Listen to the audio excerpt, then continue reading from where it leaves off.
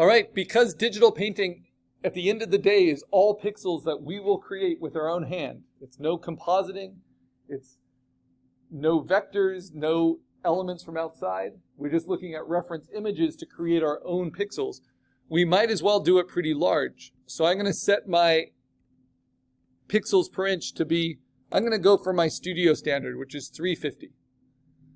And then I'm going to set the inches to be 11 inches wide by 14 inches tall.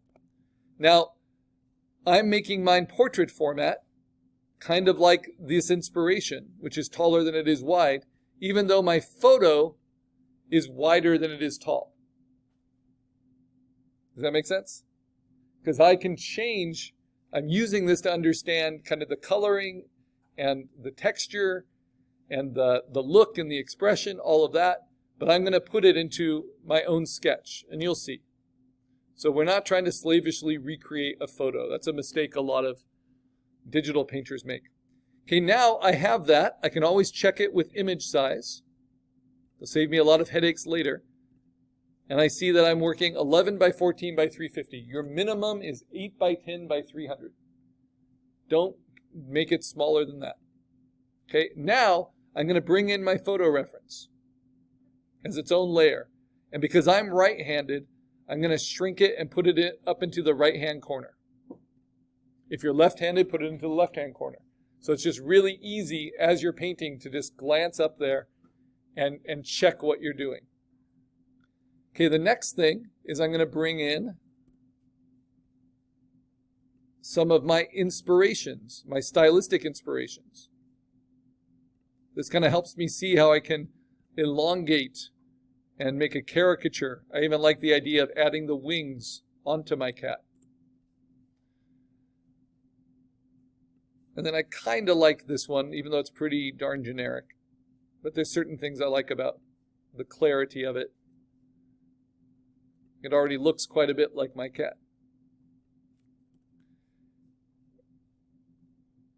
And then, let's see. I'm going to go ahead and use this one. Let's do a quick screen grab. This was someone's fan art digital painting of Marge Simpson. You know, so you can tell very, very different in terms of its references and techniques than The Simpsons. So subject matter and style can be very different things here for digital painting. And so I'm going to go into Photopea and bring that in. Now, what do these inspirations help to do? Well, they can give you colors that you can use. They just give you shapes in kind of a visual language that might be helpful. And that's about it.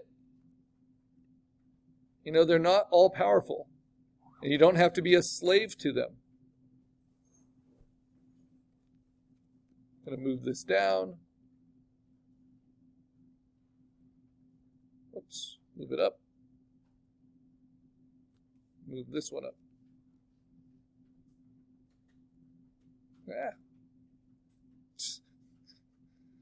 This is why I'm going to consolidate all my reference into one layer. I'll auto-select. Bring this one up. There we go. Okay, so now I've got all of those references kind of on my top edge, right? I'm going to select them all, put them into a folder. And I'm going to call that folder References. Notice I am not painting on top of these. I am not tracing on top of these. They are just reference. I'm not going to use them as a crutch to like trace over. That would be called rotoscoping. And that's a different skill than digital painting.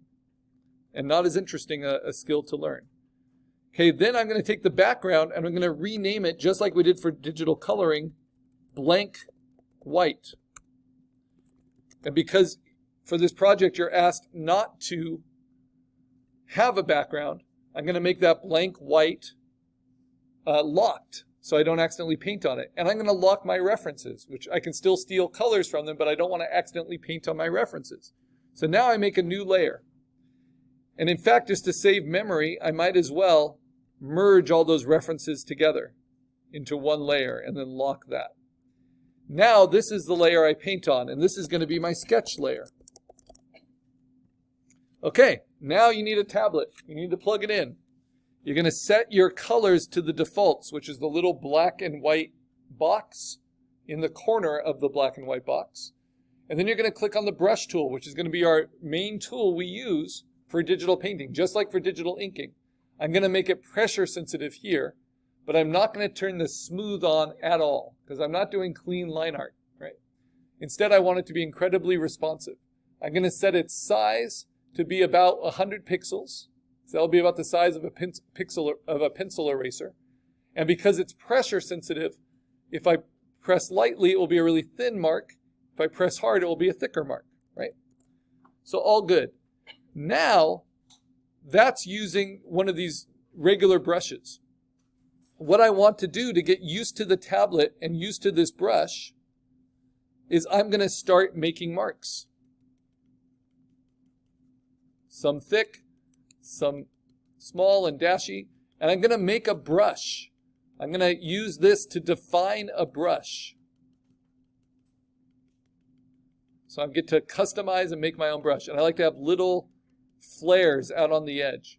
Now I need everyone to know how to make their own brush, and it's very similar in Photoshop, and I showed that in the videos this morning as it is in Photopea. But the first thing you do is you think about, okay, I'm making a paintbrush. If I dip that paintbrush in ink and then I press the tip of that brush against a piece of paper, what mark would it make? And I am making that mark right now. Maybe even just do like a little flyaway. Okay, now how do I turn that into a brush? I am going to turn off my other layers. And then I'm going to say, I have to find it in here.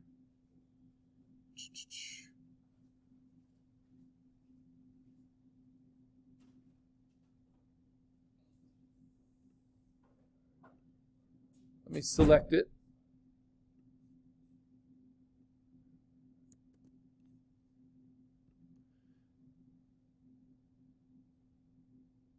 All right, so it's under Edit, and you go to Define New, and you say Brush. And now, in your brush options, there's a new brush at the end, which I just created. So when I use this brush, you notice I won't have a hardness scale for it, but I'll be able to change it to the size I want. I'll zoom in so you can see. Turn on my white. Now when I use this brush and I just tap, it gives me exactly what I just designed as a brush tip, right? But if I click and drag, you see how it's just repeating itself. So that's not the kind of organic brush I want, but it's a start. So the next thing I do is I click on this tab here, or I can go to Window and go to Brush Settings.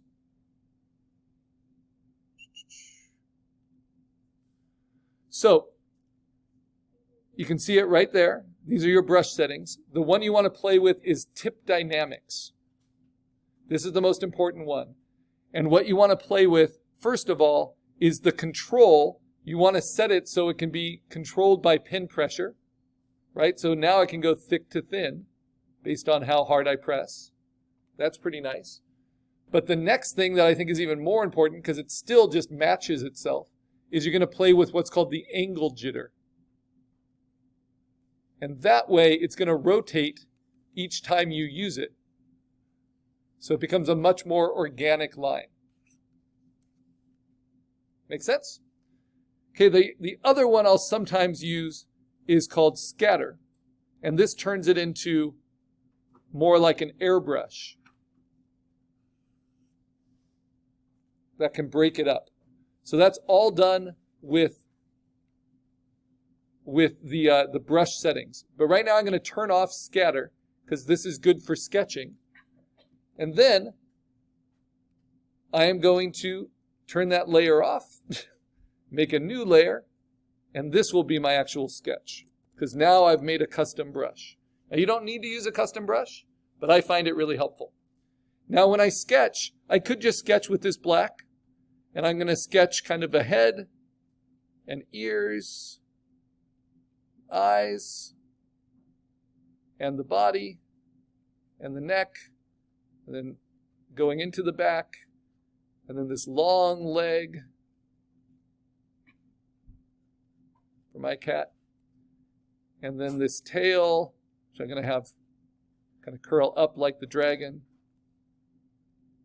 And then I really liked the arm positioning of this dragon, even though my cat's photo isn't doing that, right? So it's kind of like this. And then the other arm is down like this.